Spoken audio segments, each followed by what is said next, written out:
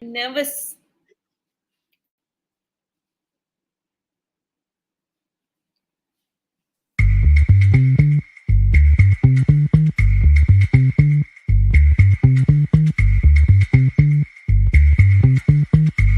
Hi, this is Mallar from Hearts&Minds Development Center.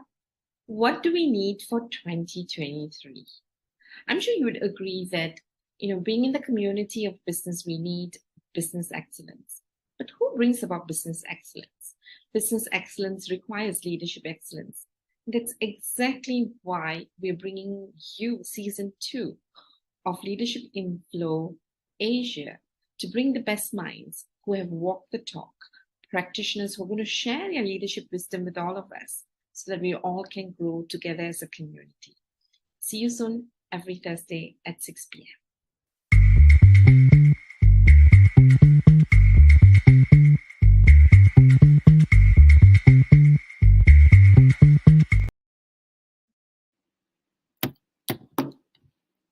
New Year.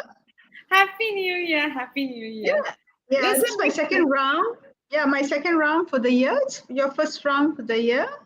So, I expect top-notch performance from you today to make sure that you keep me in line and get the best out of our guest, okay? Okay, today my role is to impress Ying. So you want to impress Ying. Okay. Because she's already impressed me, right? I'm so inspired by her.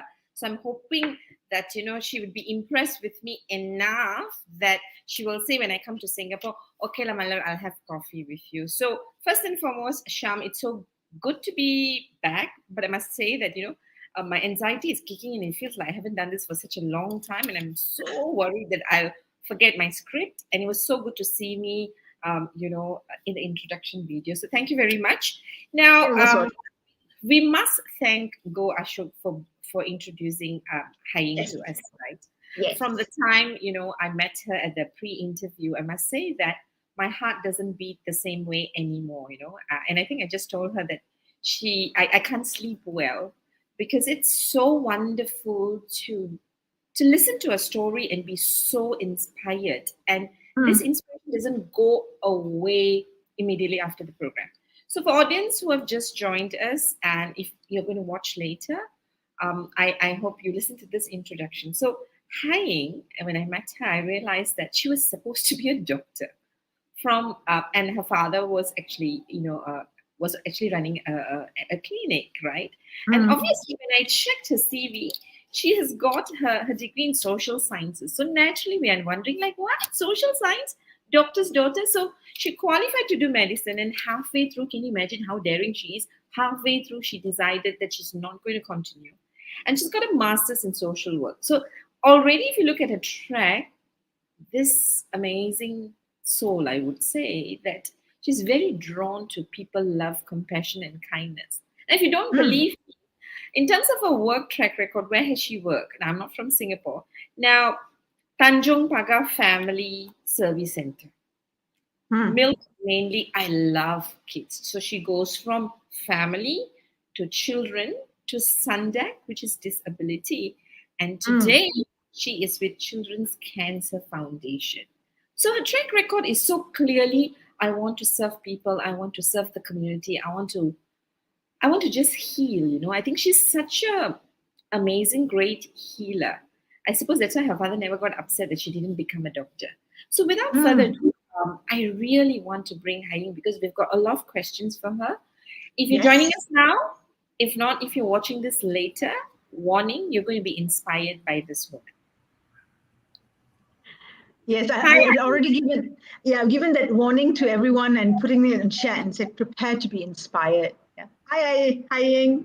Hi, Mallar. Hi, Sham. Thank you so much for having me. Hi, everybody. You're most welcome. You're most welcome. Thank you for making it so easy for us to ask you and for saying yes to us. Yeah. So it's lovely to have you here and lovely to have you as our guest in January to start off the year in a very inspiring note. So, Mallar, I know you got the question. Go ahead and ask. So, yeah, I want to start. I'm very curious if you can tell us, right? So you've always, it seems like your whole career is about serving the community, right? So tell us a little bit in terms of your thinking, right? When you move from one role to another role to another role, what are you seeking in your leadership? Okay. So maybe I'll just start out. So this is a brief trajectory of my career, right?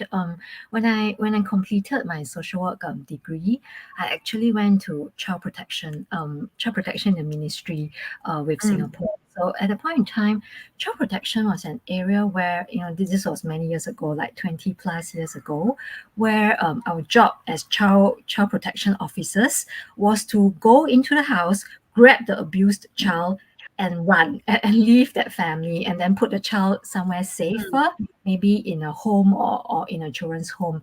I did that for around 2 years, but I found that I didn't find that it helped. Of course, it helped remove the child from the dangerous environment, right?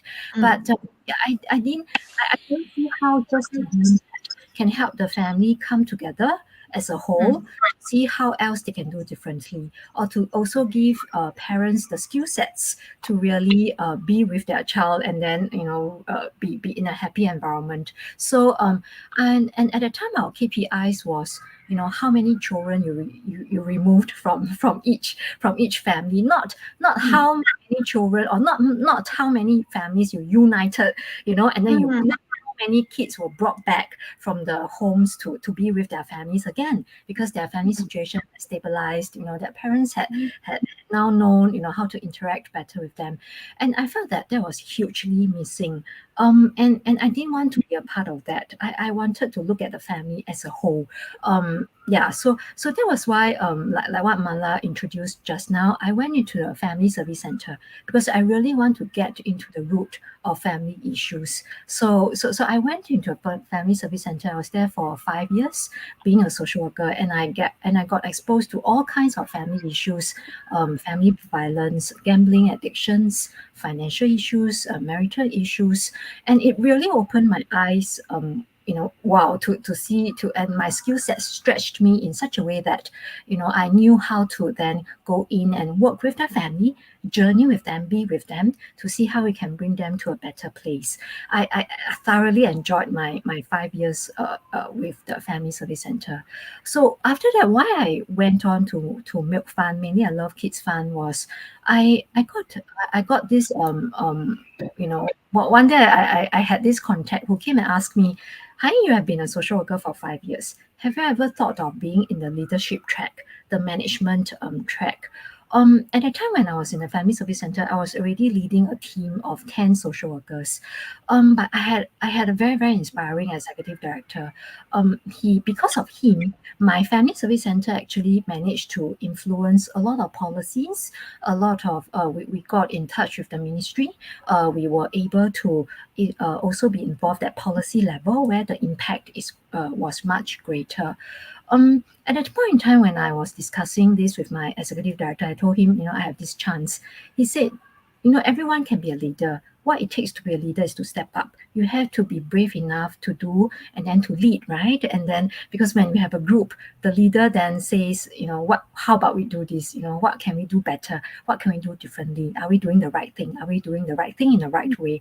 So my offer was to be the executive director at Milk Fund, mainly I Love Kids Fund. It was a very, very difficult, it was a struggle, because as a social worker, I also do want to hone my skills professionally and clinically, right?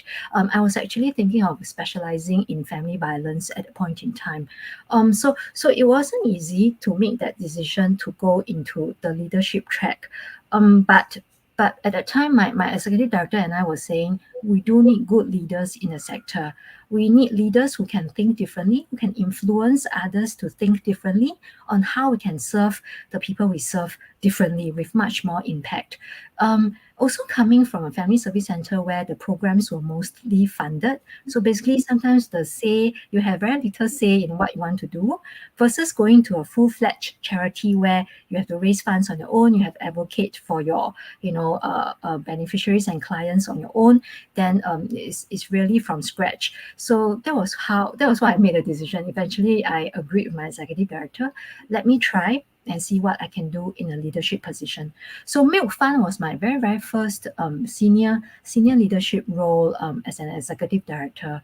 So it was wow, it was awesome. So I really learned all the ropes of managing a charity strategy, culture, all comes together, changing mindsets, looking at behaviors, how to transform a charity. Basically, the entire social service sector in Singapore, when I was with Milk Fund, it was moving at a very slow pace. Everyone was getting along, but hardly thinking of how to get ahead. So that was where, and also to be sustainable, because at Milk Fund, we were 100% self-funded. So we had to be very, very careful about where we use our funds, and also very, very creatively how to raise funds so that we can, really help the children and families we serve there. After Milk Fund, Milk Fund actually achieved its vision and mission and closed down 5 years later. It was wonderful. They actually moved to China to do a housing project. At the time, I couldn't go because my daughter was only 2 years old. So I took a break. I took like a half-year break to enjoy time with her. Then then it was when halfway through that break, actually I wanted to take a 2-year break. Then again, someone I knew someone I know came and asked me, it seems like you're very free now, Hein, well, are you interested? What do you want to do? We have another executive director role, this time with disability. And disability really made me think, because it was disability for the area of disability services for adults with disabilities. And so I started researching, and I started looking at all the policies, I started looking at all the programs available, and I saw a huge gap. In Singapore, when a child has a disability, the family and the child are very, very well supported right until 16 years of age, because they go to all the specialized schools, they get funding for their interventions and programs, be it speech therapy, all kinds of therapy, physiotherapy, occupational therapy. But once it reaches 16 years old, the level of support drops drastically, and I saw a huge gap. Sundeck is actually a disability center, a day activity center, where families can send their children with disabilities to our center, and then after that we will actually occupy the adults with disabilities with all kinds of meaningful activities. So I took that chance, and then I felt that, okay, let's go into this. Let's see what we can do to close that gap. And when I was there, again, I was in Sundeck for 5 years.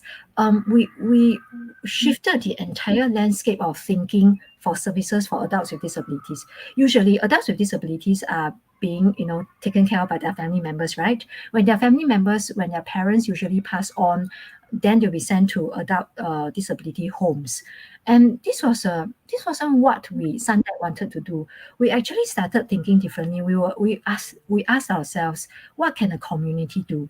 Can we have an adult with disability age in their community without having to move into a home? Yeah, and this will save so much resources, right? And being able to age in their community is such a natural and organic transition for them, instead of having to be in a home where it's just not their natural environment. So we actually garnered all residents. Like, for example, let's say we have a client with us. What we did was we outreached to all their friends, their relatives, their neighbors even, and then the neighbors, we actually started with one case we piloted. The neighbors will start having a roster, at what point, at which time I will be with this, I will be with her, I'll be with him, at what point I'll be engaged in what activity, until in the evening when maybe the parents or the family members return home from work, then the family will take over. We successfully did that for the whole every client in Sundeck, and it worked out so beautifully. So sometimes when we look at a person, with disability, we only look at the disability, but we had forgotten that this person is from the community. This person is a friend, is a sibling, is a sister, or this person may one day become a husband or wife. So basically, that's how I actually found that time with Sandec super meaningful, and so I enjoyed it a lot. After Sandec, because I was on a secondment basis, I actually belonged to the Sunray scheme, the leadership scheme under National Council of Social Service in Singapore. So my secondment was up. I actually could stay on with Sandec and continue the work that I do. But after having a chat with my mentor from NCSS, he was actually asking me, if you can go around spreading your skill sets, why do you need to stay? You had already built that infrastructure and structure at Sandec, and it will continue, it's sustainable. Why don't you go around and share your skill sets somewhere else? So at the time I had one request. I want to go to some place where it wasn't doing very well. I really want to, and then let's see where my skill sets can help. Children's Cancer Foundation came not because it wasn't doing very well. It was doing well. It was doing very well already. Yeah. So what happened was, interestingly, after I left the Ministry for Child Protection, I actually I actually got an offer to work in Children's Cancer Foundation. At that time, I actually rejected it because I felt that I want to look at families holistically. That was why I joined the Family Service Center. So basically, I felt that, wow, now that I have this chance, it's like I had gone full circle. And my dad being a doctor, and I've always been very, very interested in medical, the research and arena. So that's why I thought maybe let me try this out. So I've been with CCF since 2020. Yes, I joined CCF in 2020. Then in then March, the government announced the emergency for COVID. Yeah. So that's my whole story. Yeah, so far, and the decisions. Nice. Thank you. Actually, what I realized is that yours was a very interesting one, because you were interested to specialize in helping people, right? And you're a very reluctant leader, right? But you're driven by purpose. And that's why I think I love our show, because that's what Leadership in Flow is all about, bringing about the quiet practitioners who are moved differently. And in your case, you seem to need a purpose to move into any new position that you are. And if when the job is done, you want to then move on. So what I heard from you is that moving from wanting to do the actual works of the problem, you didn't like running away with the children, and so you think about it, you think of the solution, because many of us in a system complain, but we don't think how to solve the problem. We go into an imperfect system all the time, but we complain about the system. Whereas you were already a leader in your thinking, because you're like, I don't like what I am feeling when I run away with the children. For me, that's huge, right? And then you get yourself in a place where you can actually make policy change, right? So you take your dream, and you say, okay, now where can I influence that, right? Now, once you do that, what's really interesting is that I think, your mentor who spoke to you, he's I think it's a him. He's amazing, because he knows how to tickle you in the right space, right? Because he now tells you should become a leader, and he knows you're reluctant, and now he sends you something. He said, why don't you go and influence so that we can find more people like you in the system, right? And then you go into disability. Again, you don't look at the disability, the initial primary focus. You go into a bigger picture to sustain, right? And now, of course, with Children's Cancer Foundation. So it's very amazing. It's almost like you've choreographed your career. Except that in the corporate world, we choreograph our career to rise up the rank, but you rise up in terms of wanting to influence and how difficult things are. So I think that's what is different with you. Now, one question I have for you, right, is because at heart, I believe you are a healer. You just want to change lives, right? And your clinical practice was so important for you because you really want to be very good at that. Now, what was the most difficult thing in terms of you transitioning from not being able to practice that work to going into leading and influencing? What's that one thing you think you was difficult to give up because you've learned this, you want to touch people directly, right? But now you touch people, but people cannot see you're touching them, right? So what's the one thing? The one thing is really seeing my clients face to face and having the interactions with them. At Milk Fund, we do have direct services, so we have social workers too. But when I was the ED, I didn't have time to even say hi. So what happened was whenever I get bogged down a lot by administrative tasks, or I was in meetings like the whole day, I will really just drop in and look at the kids and say hi, and that energizes me, because that's the thing I miss most about direct work, that direct contact, that one-to-one contact, because that's what energizes me. So I will always try to spend like 5 or 10 minutes with the kids we serve at Milk Fund, just to say hi, just to ask them how are you, who are you, getting to know them, and who I am. Yeah, that's a struggle. Yeah, that to me is a struggle. It still is a struggle. Like for example, now when I'm in CCF, right, I will make it a point to just drop in on the kids during lunchtime, and just have a game, just play a game with them. And then it also reminds me of why I'm doing what I'm doing. So you get like for example, now let's say when I'm back-to-back meetings and my day starts at 7, then I have meetings all the way until 12, and then after I feel like I don't want to talk to anybody, I don't want to look at anybody, I'll just drop in and then chit chat with the kids. Yeah. So that's actually a struggle, that direct contact with the people we serve. Yeah. Nice. And what you're doing is you're consciously recognizing that, and you're giving yourself the doses, the minimum doses that you require. That you need. Yeah. Thank you. To me, it's like you're anchoring to your purpose, right? You're getting that visual reminder and the kinesthetic reminder of this is why I'm doing what I'm doing, and I've made the choices of what I'm doing. So that's great that you have the awareness, the self-awareness of that's what I need. I need to get the anchors in at different points in time. My question that I'm going to take on from what you shared and what Malar, the second question that Malar asked, right? When you started talking about your first role, and then how you moved on to family services, right? You were not yet in a leadership position at that point in time. You were what we would call an individual contributor, and you were doing the work on the ground. So you were at grassroots levels on the ground. But you were already, from your story, what I picked up was you were already thinking big picture.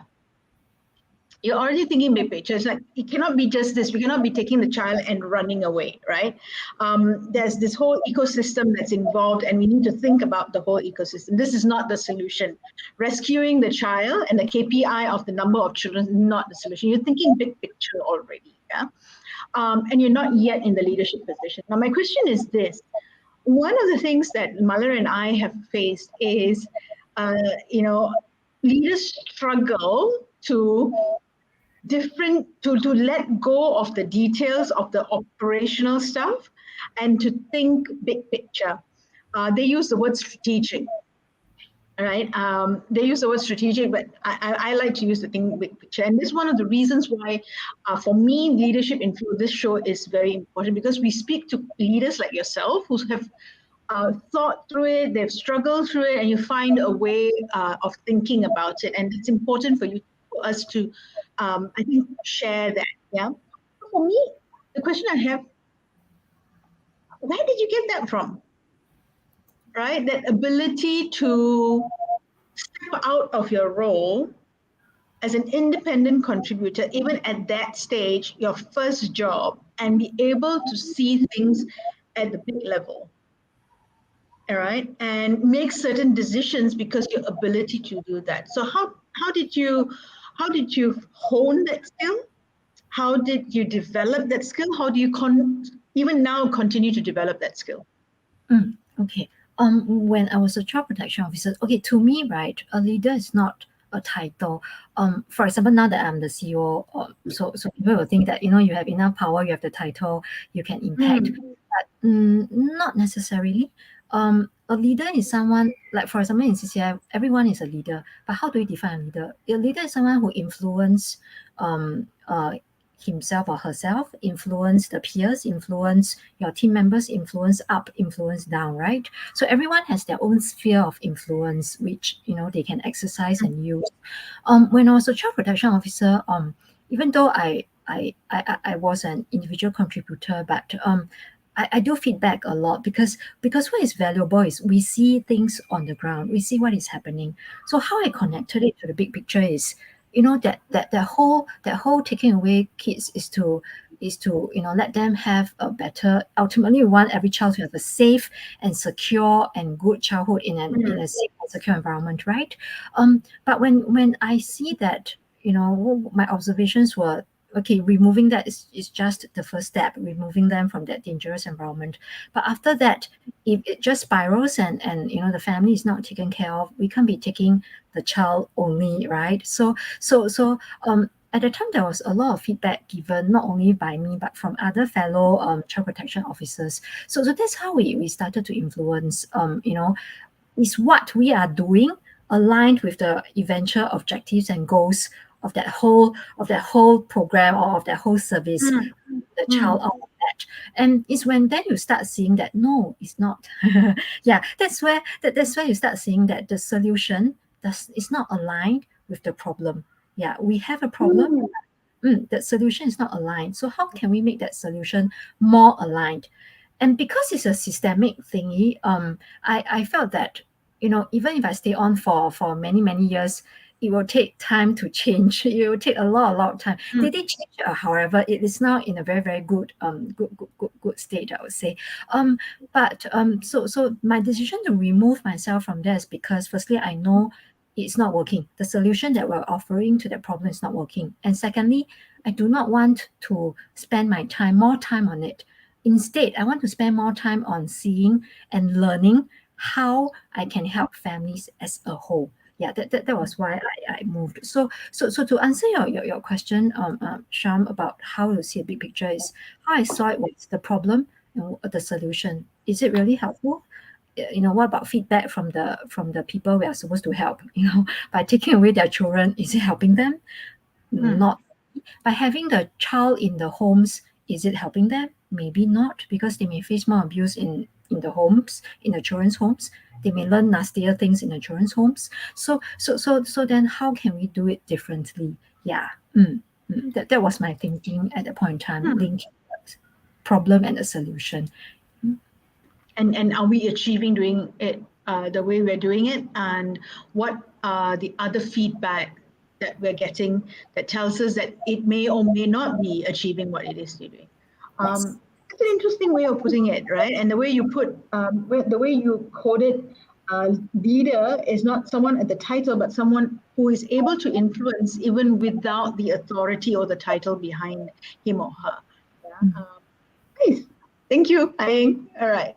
Malar, what do you want to ask? I know you got No, I don't know what I want to ask, but I thought one takeaway for me, which you've given, is that we're now just in the space of leadership. We're talking about sustainability, but you were thinking already about sustainability when you started. Number one, so that's my takeaway. And the other big takeaway for me that I think is really different from how we usually hear about it is that you said when the solution is not aligned to the problem, and systemic change is required. And I thought what is really amazing is that you knew systemic changes were required and you knew that you couldn't do it, neither was the system ready. A lot of us will end up feeling frustrated about the system. Yeah. But what I love is that you removed yourself from the system, not to go to another place, because you are now seeking answers by saying, I'm going to observe what's happening around. I'm going to learn because you're determined to solve the systemic problem, right? Right? Because I think a lot of times when we are working with people, either in leaders with title or without title, we get frustrated when we can't influence the system. Yeah. And we feel helpless, we can become pessimistic, but it's a system, right? And sometimes people within the system actually don't know how to do better, right? And which is why I think what you say is really important, to remove yourself and to go and learn, because obviously we don't have enough wisdom in the space, but where do I get the wisdom or learn the wisdom? So thank you, Hai. Thank you very much. I just love it. No, yeah, not at all. Because I think even now, I have younger colleagues coming to me and say, "But I'm a small fry. I don't have Yeah, the title. exactly. I don't have the power. I'm not like you." And but that's not that's not true. I mean, as CEO, I have the title, but I may not have the power all the time. I have many restrictions. So how can you, in your own sphere of influence, think about what you can do differently? Yeah, and that's very valuable to me, because I always feel that if you are in a place where you already know you can't impact much, then what else can you do? Where else can you go? Yeah, how do you then change? I mean, we can only change ourselves, right? Yeah, when things are so challenged, in a in a system, especially in a very stuck system. Yeah, so I do want to share, here, especially for younger colleagues or younger members who had just joined the workforce, or joined your companies or organizations. Don't think that because you have you start off the lowest of titles, you can't influence. You can influence. Yeah, you can. Each one of us has our own sphere of influence. The important thing is not to spiral into negativity and think that what you do doesn't work. What you do doesn't work. Well, no one will say, no one will listen. No one will feedback. Yeah. Don't go into that. Yeah, eventually someone will listen if you say it hard enough, or if you think of different ways to go about it. Yeah, and even if no one else does, then what else can you do? There's always something you can do, right? So yeah, that's what I. Um, I'm just curious, because one word that keeps coming is that I know you say leadership is. It seems to me leadership is influence for you, right? And you keep saying, we are there to. I'm there to make a difference. I want to make an impact. I want to make a change. If I can, I will. If I can't, I will go and find out how. So that seemed to be what you were saying, right? So so for you, what does impact mean? So if all of us want to make a difference, all of us want to leave our footprints wherever we work, right? How would you define impact? How do you decide that, okay, whatever I'm doing, because you started off being the individual contributor. So you've been without the title, you're with the title. But you're very clear that wherever you are, it's not the title, it's not the position, it's am I making change? Am I impacting? So what is impact for you? Impact happens on many different levels. So, as an individual contributor, of course, impact will be, have I resolved the problem, or has the problem gotten better with the families I serve? Are they coping better? Maybe the problem persists, but at least they are coping better. Do they have coping skills? Or or the question I always ask myself is, am I helping them help themselves better? Yeah, am I helping them help themselves better? That's as an individual contributor. And of course, when I become a team leader, then am I helping my team see things differently? Are we doing the right things? Are we doing the right things in the right way?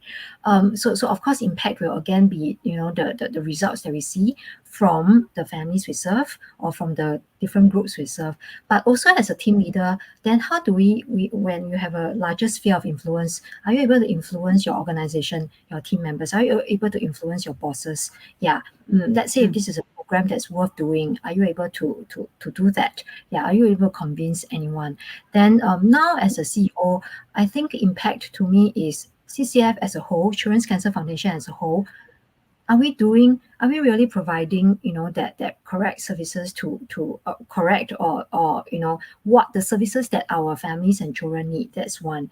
Are we helping ourselves too? Because we are in the helping profession. If we don't help our own team members when they have issues, and how have we transformed into an organization that is always ready to help? Mindset, culture, strategy, behaviors. These are the four things that I look at.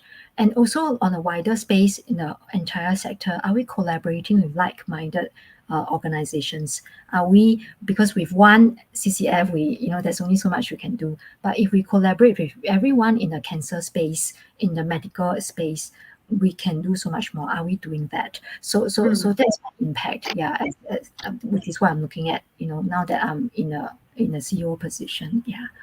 So you're basically describing, look at wherever you are in the organization or in your role, look at what you can clearly see and clearly influence, and stay focused on making the impact, the change that is required, that is immediately your area of control. Because as you move up, your area of control becomes greater, your area of influence actually becomes greater, and you are able to see a bigger picture. So what you're doing is you're aligning at a higher level and larger crowd is what I'm hearing, right? And what I loved most was the final part, right? We're not just serving our customers, right? And serve our customers better, our stakeholders better, the people better. We need to upskill ourselves. So are we in a space where we are good enough, we are upgrading ourselves so that we then can upskill ourselves and think better and serve better, which I think is fantastic. In service, we always say external service seldom is better than your internal service. So if you can't serve your customer well, that is reflective of what's happening within the organization or the team. So you've just reflected that. Thank you, Heidi.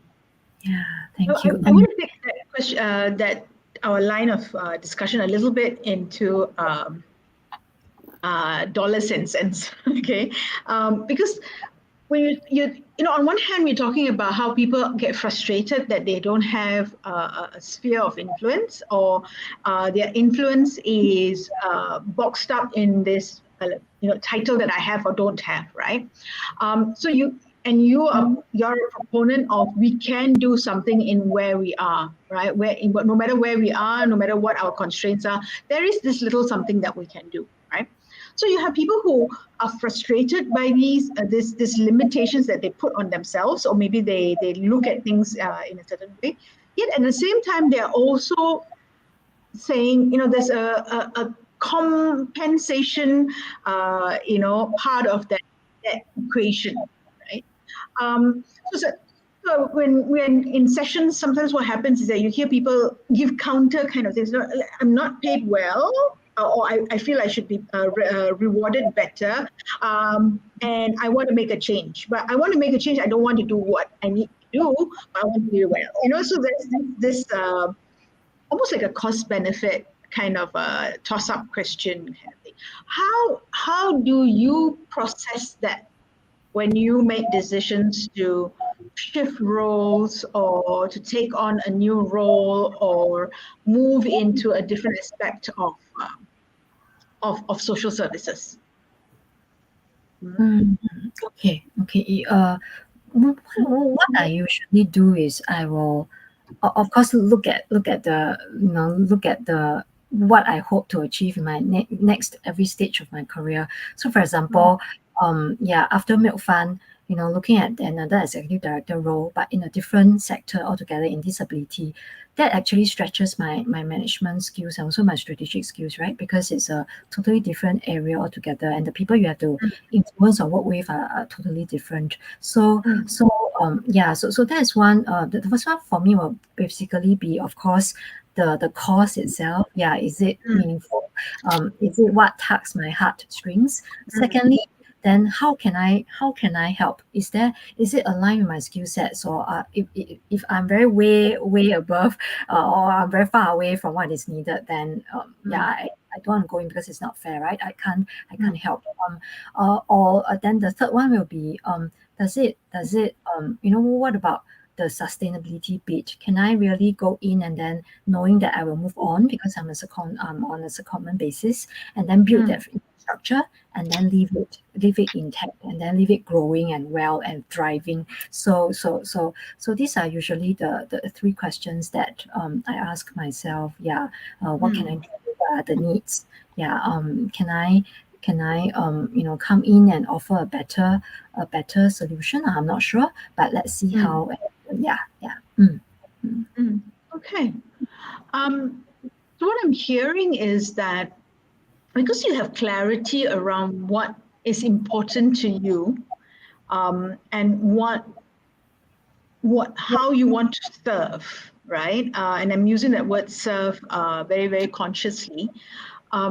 for you, that decision is primary. Your rewards is the answer to those three questions. And if you can answer those questions and you can see the path, then that for you is the reward, the benefit part that you get, right? So I think if I'm taking something away, it's like the monetary benefits become more critical when you don't have the other benefits to hold on to. Or it becomes a all-consuming thing or a primary decision maker or factor if you don't have a bigger or a different way of thinking of benefits other than the remuneration benefit. Okay, nice. Thank you for sharing those three things. You're about to say something, Ying. Yeah. Just to add, historically, people who work in the social service sector are paid very, very badly because of course, always. But I find that very strange. Like I will take cabs or take taxis, and the taxi driver, upon knowing that I'm a social worker, will always ask me, "You sure you are paid? You're not volunteering. You're not doing the work for free." So there's always this, like what you mentioned, Sham, just now about the compensation, is that there seems to be an idea that if you want to help people, then you don't need to have so much, right? Anyway, you have the heart. But that is very that is very, very wrong thinking. Right. Yeah. I think the sector had progressed to an extent where you have the skill sets, you have the heart. You need to be compensated fairly for it, all of it. Yeah, so that's that encouragement. I think we had taken great strides in the sector to achieving it. Yeah. And that's important. I agree.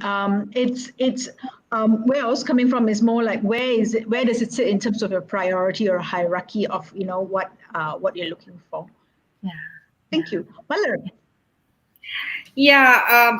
One question. Okay? Do your work. One question that popped up for me is that you said you were sharing how you plan your career, right? And I have a feeling that when you talk about career, is not what corporate. It may not be the same definition as to a corporate person's idea of a career, right?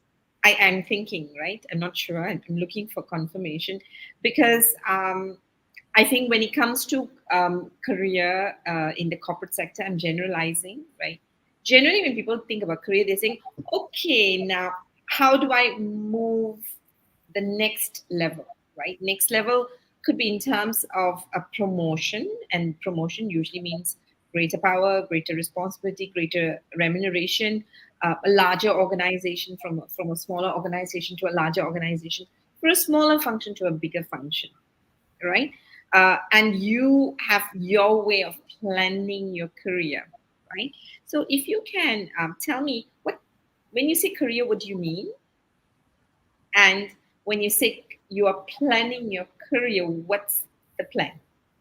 When I mean career, it means firstly, of course, who can I serve? That's the first one. Secondly is what can I learn? Yeah, how else can I learn from this? So if you look at from Milk Fund, the executive director position, to Sundec, the executive director position, to now CCF, the CEO position, that's all very different, even though it is still in the leadership position with but it is so different because it involves different sectors, different segments of the population, and then of course different policies and different areas to look at and to collaborate. So to me, the most important thing will still be the needs. For me, a career is not, how do I put it? For me, a career doesn't mean that I need to keep going to bigger and bigger. No, it doesn't. Today, I can go, to me, a career is where I want to go with the greatest need. Yeah, with the greatest need. That's why I've always shared with NSSS, for my next secondment, send me to a place that's really, really not good. The processes are not there. People are not happy. They may not be aligned with the vision, mission, values. and then let's see, because it's only because when they have so much needs, usually the organization with so much needs do not have the resources. Yeah. So if I can go in and work with them and journey with them, I think that would be beautiful. So yeah. So to me, that's the needs, and of course then how can I contribute? Yeah. How can I contribute, and what can I learn? Yeah. So you said two things, right? I know, Sham, it's not my turn. I need this question because you said, "Who can I serve?" I understand that as a career, right? But you're also saying, "What can I learn?" Right? What is the end in mind that you're seeking when you say, "I want to learn"? Learning how to be learning how to how to be in that position with a very different environment and a very different context. That's the most and learning about the population itself, that particular population, be it families, be it children who are unwell, be it elderly, be it persons with disabilities. Yeah, learning about their needs, learning what needs to be done so that everyone can thrive in their community. I think that's most important to me, because let's say a child who is unwell, who has cancer, has very, very different needs from an adult with disability. So what can I learn? And once I learn that, is there anything else we can do with them together? Yeah, and also hearing them is so important. Knowing what they really want, instead of oh, this is what we offer, you have to come to our programs and services. Then yeah, but really hearing them, and that's again coming back, that's what I really hope to learn, and that's what energizes me, because it's so much more meaningful when you know that you are we are working together, and this particular family has shared with us, this is what we need, this is what we want. Can we do something about it? Yeah, this is how we can improve our situation. Can we do something about it? Yeah. This is what I need in order to help myself better. Can we do something about it? So, and making that become a reality. Yeah. Yes. Just describe growth mindset. Well, you just growth. Yeah. She did. Real life example. I'm going to. I just noticed, and hi Vinita. It's lovely for you of you to join us, Vinita. I met recently. She's based in Kerala in India. However, she's visiting Singapore, and she's got a question. Her question is, how would you keep in line with self-leadership as a need when there are challenges? Self-leadership as in being aware of yourself. Is that what you mean? Well, let's take it from there. Let's take it from that angle. And if it's something else, I'm sure Vinita will tell us about it in the comments. Yeah. Sure. There are definitely challenges. I think. Okay, what I do is, for me, right? I think I started out. When you start as a social worker, you start questioning yourself. Like every night when I go home, I will ask. I will reflect upon the day, and then I will ask and think myself, and ask myself, have I done the right thing? Have I said the right thing to this family, who is distressed?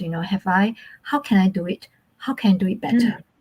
That's my daily that was my daily practice. It still is.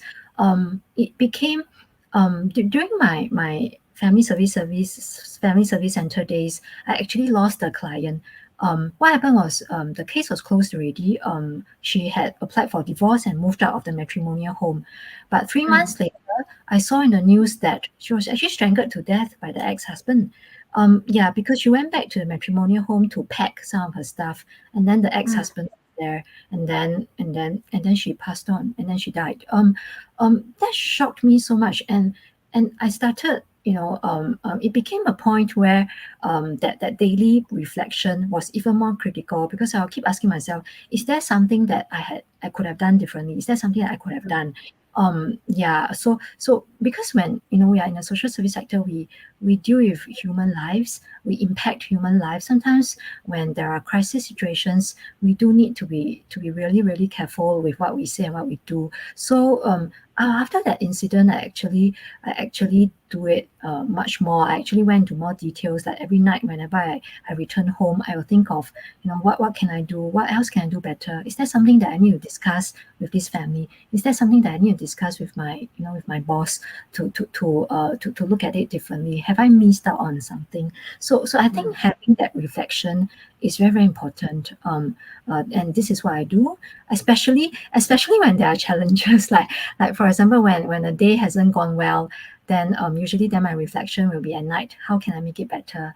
Or if I had lost patience with someone, how can I be more in the moment? Yeah. So it's a constant daily reflection of what I can do, how I can do it better, how I can do it differently, how I can be more helpful, to that situation and to that individual. I'm not sure whether I'm answering your question, Vinita. Please let me know. Yeah, good. Yes. So Vinita, if you want a follow-up question, please post it in comments, and then we can bring it up to Ying, right?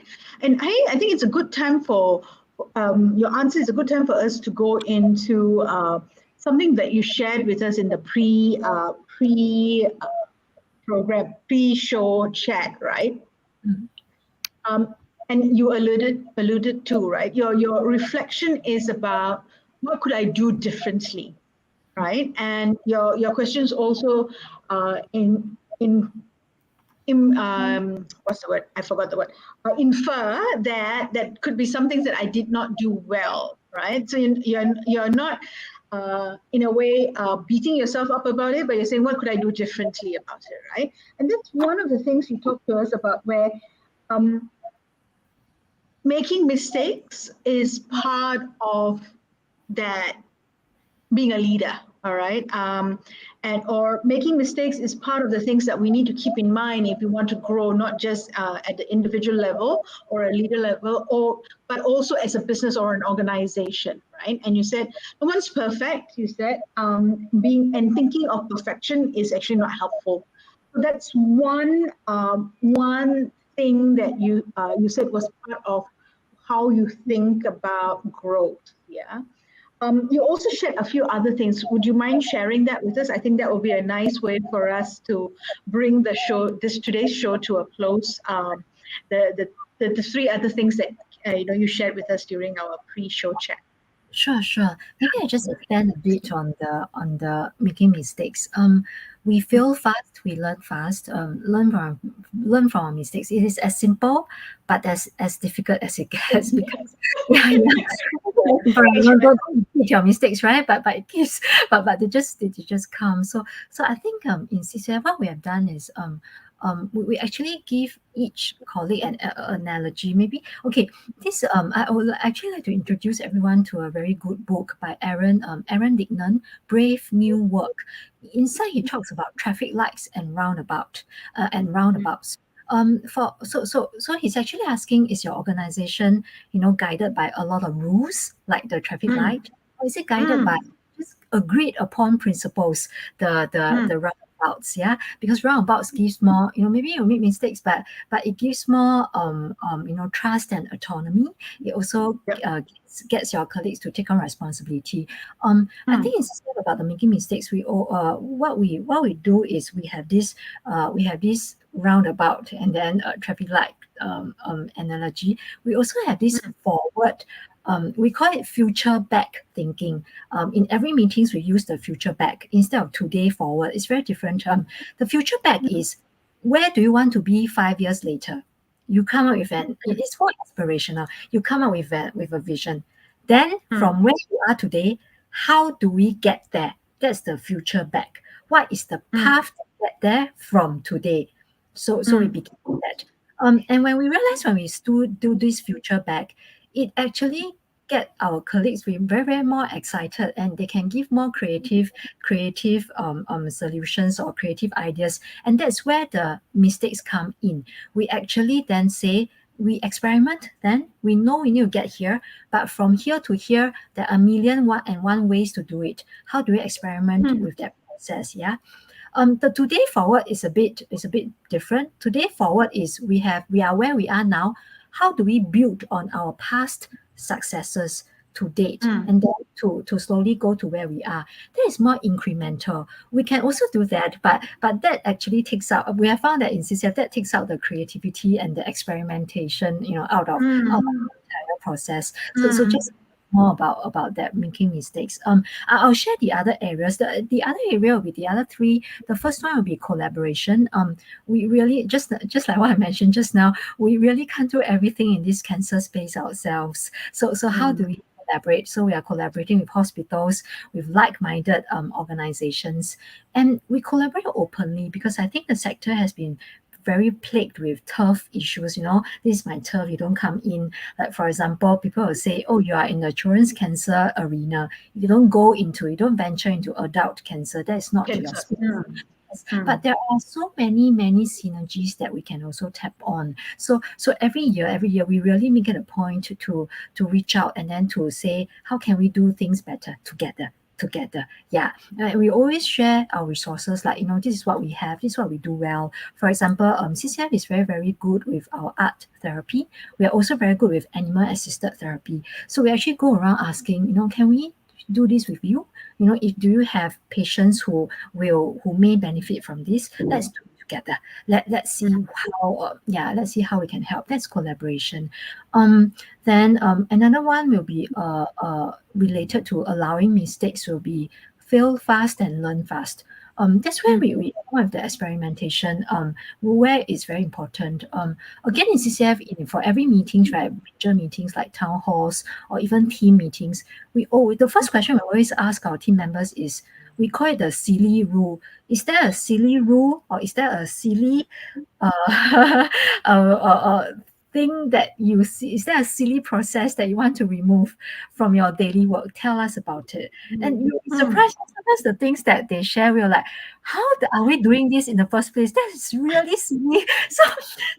So when we realize that we fail, when we make mistakes, right, and then we fail fast, and then we learn fast. That's one way of actually garnering, how do we on our daily work make it better.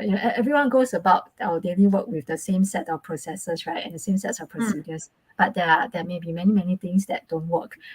But we just stick to them because it's convenient. Yeah, we don't think differently. So the second one is also fail fast, learn fast, experiment fast. For example, we have done many different experiments for our fundraising since COVID, because once COVID hits, we can't have our Have a Hope. In 2020, we actually cancelled our Have a Hope event, the hair shaving event. Okay. First time we canceled it. So we really have to come with many different ways to raise the funds that we need. For our families, right? So that was where we quickly went on our social media. Okay, let's try this first. Now let's give it 1 month and see what traction it gets. Doesn't make sense? We build on it. Iteration 1.1, 1.12, 1.13. Yeah, that's and then we learn fast also. It has also spurred me to actually go to different ministries and tell them, please fund me for pilot, but I can give you the KPIs, but I may not meet them. Do not fund me to succeed in the program. Fund me to learn. Yeah, I may fail. I will tell you what I had learned. And then next time when you receive similar funding proposals, we can share our learning journeys with different organizations. So yeah, because usually the ministry is, I only give you money if you succeed, right? I want to see KPIs one, you tick all the check boxes, right? Then we'll fund you. But no, I actually shared. We actually went around. My team and I went around, and then we proposed. We gave proposals, and then we asked them. But we will make mistakes. Yes. But we'll make mistakes. But we will guarantee you, we tell you, we share with you our learning journey. Please still fund us. Yeah, please still fund us. So we became quite known in the ministry for, CCF always asking for, you fund us to fail. But no, that's not it. we do not ask you to fund us for fail, but to fund us to learn. Yeah. Learn. Yes. Yeah. To learn. Yeah. That reframe is very, very important. Yes. Funding us to fail, to funding us to learn. And I think aside from the growth mindset, we've also got a very good example of psychological safety. Trying and failing and making mistakes and picking ourselves up and doing that again, and being very, very okay to do that, because right from the top, you are thinking that way, that it's okay for us to, of course, there are some mistakes that not so okay, but generally it's okay for us to slip up. Yeah. And sometimes we don't know. I love that silly rule example. It's such a brilliant example, right? And because sometimes you don't even know the rule exists or that process exists, and someone brings it up and you go, what on earth are you talking about? Right? Yeah. It's usually the most enjoyable moment for our meetings. Yeah, it's super fun. Yeah, all our colleagues enjoy it. Yeah. I'm not surprised at all. I think it's come to 6:59. And any last words you have for our listeners and viewers, not just for today, but those who would, view our your YouTube or the podcast, listen to the podcast later. Any last words? First of all, thank you so much for having me. Thank you so much for I really enjoyed the sharing. Thank you so much, everyone. I think I still want to reiterate that every one of us, don't think that just because today you don't have the title, you don't have the power. Title is not equivalent to a power, or to your sphere of influence. Please still influence in whichever way you can.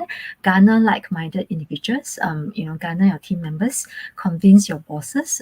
There's always different ways of doing it, and I actually would want to end off with having done the same way for the for ages and having succeeded in the same way doesn't mean that same way needs to be repeated. There are always different ways and better ways to go about things, and once we have evidence of that, then let's change. Let's always think of better. We can be better every day, right? So that's really what I hope everyone in the sector can aspire towards.